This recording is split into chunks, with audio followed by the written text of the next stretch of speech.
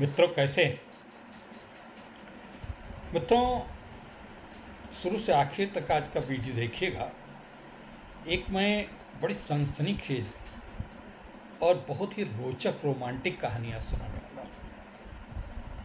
आप कहेंगे ये क्या हुआ, लेकिन बड़ी प्रेरक कहानी है और आप लोगों के मन की कहानी,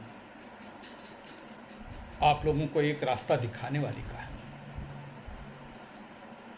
मित्रों, अगर हमारे इस चैनल को आप सब्सक्राइब न किए हों और बेल आइकन का बटन न दबाए हों तो ज़रूर दबा देना, क्योंकि हम अच्छे अच्छे वीडियो रोज़ आपके लिए लाते हैं, बड़ी मेहनत करते हैं और बड़ा क्यूरियोसिटी हमारे मन में भी रहती है कि आपको कैसा लगा ये वीडियो, कैसा लगा आपको देखने से। तो मित्रों, इतना तो कर ही दीजिए कि बेल आइकन दबाइए, जिससे कि आपके पास रोज़ रोज़ नोटिफिकेशन जाते रहें।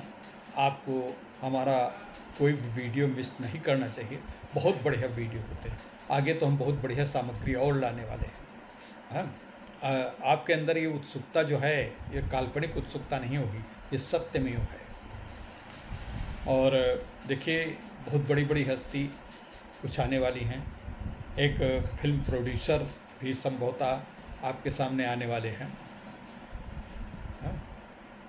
तो मित्रों, ये सब हमारा इसमें कोई योगदान नहीं, ये सब आपका योगदान है। क्योंकि आपका इतना प्यार मिल रहा है, इतना स्नेह मिल रहा है, तो इसलिए ये चैनल बढ़ता जा रहा है। मित्रों, कोई लिखी हुई स्क्रिप्ट नहीं है। आज की जो कहानी मैं सुनाने जा रहा हूँ बहुत बढ़िया है और वह एक्चुअल है, कहानी नहीं कहना चाहिए, सत्य घटना है। बात आज से 30-35 साल पहले की है, आगरा शहर की। आगरा शहर में एक कर्नल पद पे हो गए थे विजय सिंह जी। उनका नाम था विजय सिंह और उन्होंने विवाह नहीं किया था। जब वो पढ़ रहे थे तो उनकी सहपाठी, असली नाम नहीं है लेकिन मैं नाम थोड़ा उलट पुलट करते हुए, सुरभि टंडन, उनसे बहुत प्यार करती थी। लेकिन उसकी इतनी स्थिति नहीं थी कि वो उनसे कह पाती। मन की वर्जनाएं, मध्यम वर्गीय परिवार की मर्यादाएं, ये सब कहने से, अपनी इच्छा व्यक्त करने से उसे रोक रही थी। यद्यपि दोनों ही परिवार एक ही समुदाय से, खत्री परिवार से थे। कर्नल साहब भी खत्री परिवार से थे और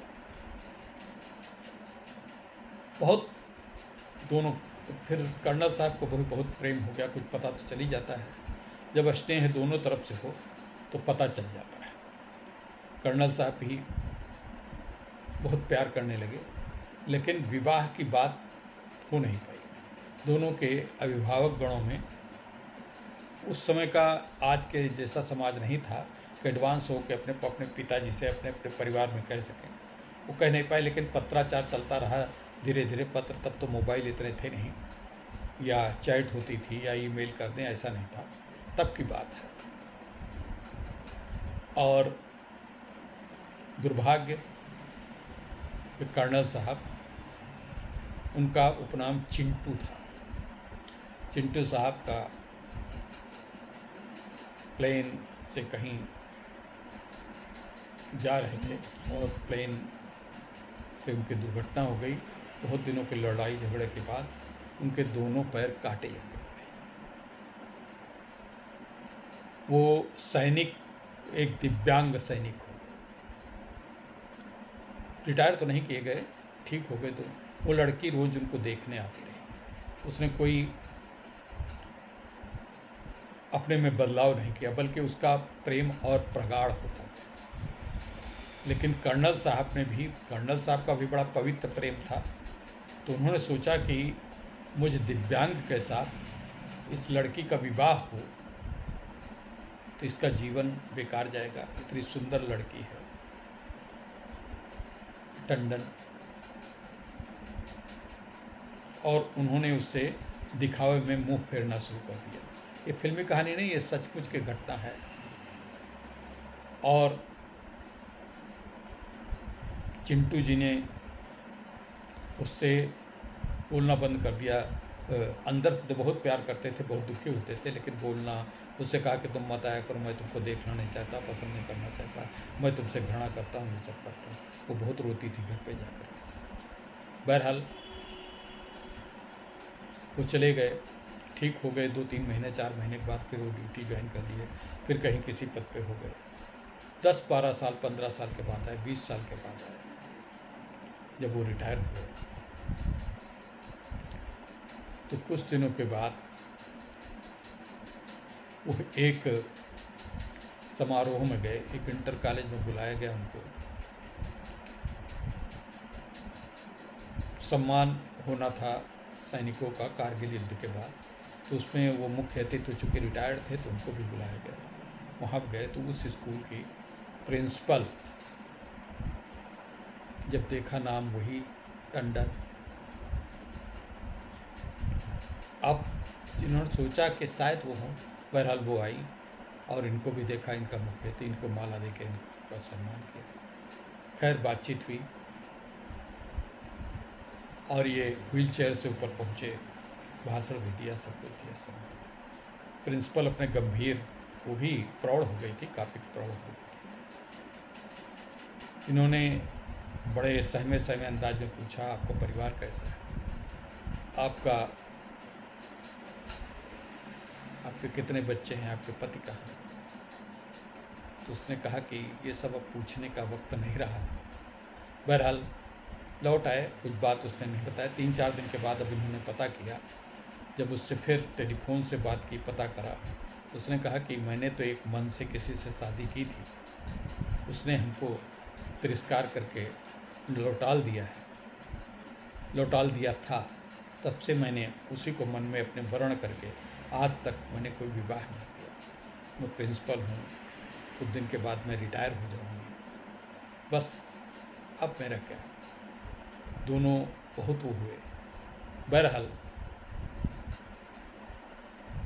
चिंटू जी ने प्रस्ताव भेजा कि मैं अब शादी करना चाहती हूँ, और इस प्रकार से दोनों का विवाह हो गया।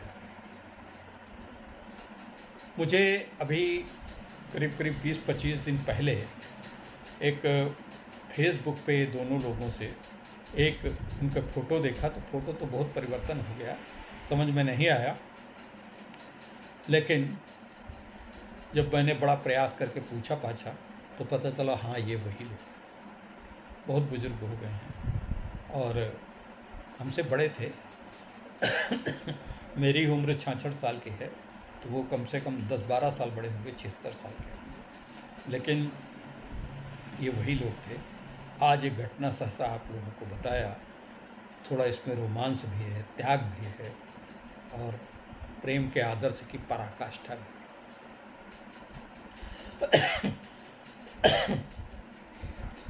दोनों लोग इस समय रेड क्रॉस सोसाइटी से जुड़ गए हैं, बहुत काम कर रहे हैं, कोरोना पीड़ितों की मदद कर रहे हैं और उन लोगों के जीवन के लिए हमारी शुभकामनाएं। वो ये चैनल भी देखते हैं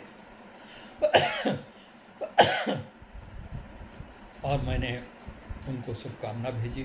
कभी उन दोनों का एक इंटरव्यू या उनके दोनों लोगों का इस पे बातचीत भी हम सुनवाने का प्रयास करें।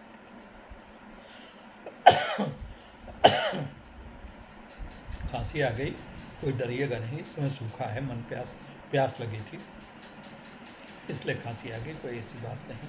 क्योंकि आजकल तो तुरंत खांसी आ जाना, जुकाम हो जाना, छींक आ जाना बड़ी डरने की बात हो जाती है।